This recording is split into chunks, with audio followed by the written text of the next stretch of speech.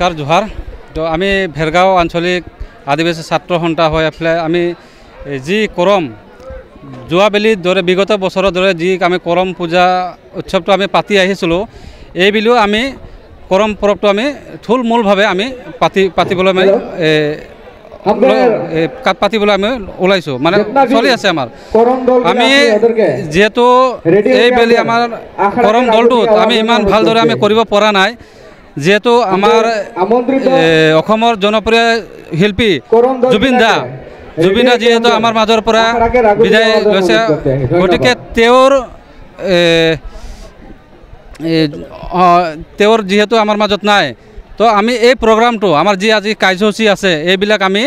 থুলমূলভাৱে আমি চলাই লৈ যাম যেহেতু আমাৰ কাৰ্যসূচী আমাৰ এতিয়া প্ৰদৰ্শনী হিচাপে আমাৰ ঝুমুৰ আছে কৰম আছে লগতে থুলমূলভাৱে আমি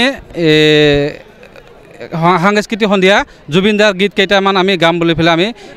কেইগৰাকীমান আমি শিল্পী মাতিছোঁ এইখিনি হয় নমস্কাৰ জোহাৰ এইবাৰ আমি ভেৰগাঁও আঞ্চলিক কমিটি আচাৰ উদ্যোগত 10তম এই কৰম উৎসৱটি আমি এইবেলি পৰহি এই ৰঙাজুলি গাঁৱত আমি অনুষ্ঠিত কৰিছোঁ যেহেতু বিগত বছৰৰ দৰে আমি কৰম উৎসৱটি আমি উদযাপন কৰি আহিছোঁ ভেৰগাঁও আঞ্চলিক কমিটিয়ে তো এইবেলি যেহেতু সকলোৱে জ্ঞাত যে আমাৰ যেহেতু অসমৰ এজন শিল্পী জুবিন গাৰ্গ যেহেতু আমাৰ এই পৃথিৱীৰ পৰা বিদায় মাগিলে তেখেতৰ কাৰণে আমি যেহেতু যেনেকুৱা মানুহ ইয়াতে সমাগম হ'ব লাগিছিলে কিন্তু তেনেকুৱা সমাগম আমি দেখিবলৈ পোৱা নাই যেহেতু সকলোৱে জানে যে আমাৰ যেহেতু মৰমৰ কণ্ঠশিল্পী অকল অসমৰে নহয় অকল ভাৰতবৰ্ষৰে বিভিন্ন দেশৰ 124খন দেশে জুবিন গাৰ্গৰ দুখ প্ৰকাশ কৰিছে তো আমিও সকলো ৰাইজে তো আদিবাসী ৰাইজে আমি দুখ প্ৰকাশ কৰিছোঁ আৰু যেহেতু আমাৰ জুবিন গাৰ্গ যেহেতু অতি সোনকালে যাতে ন্যায় পাবৰ কাৰণে আমি দাবী জনাইছোঁ আৰু যেহেতু কৰম উৎসৱটি অকল এই ইয়াতে নহয় আমি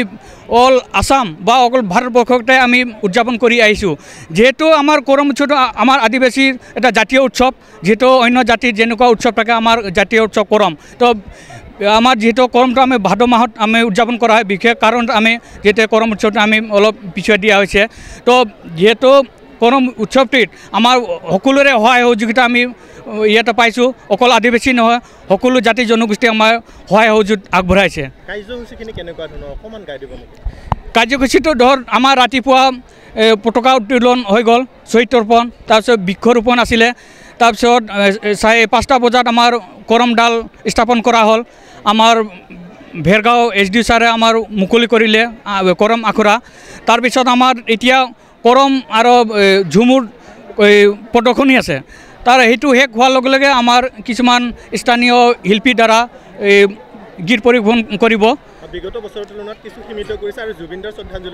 হয় আমি বিগত বছৰৰ দৰে আমি যেহেতু যেনেকুৱা কৰিছিলোঁ তেনেকুৱা আমি জুবিন গাৰ্গৰ কাৰণে আমি কৰিব পৰা নাই আৰু শ্ৰদ্ধাঞ্জলি আমি যেহেতু আমাৰ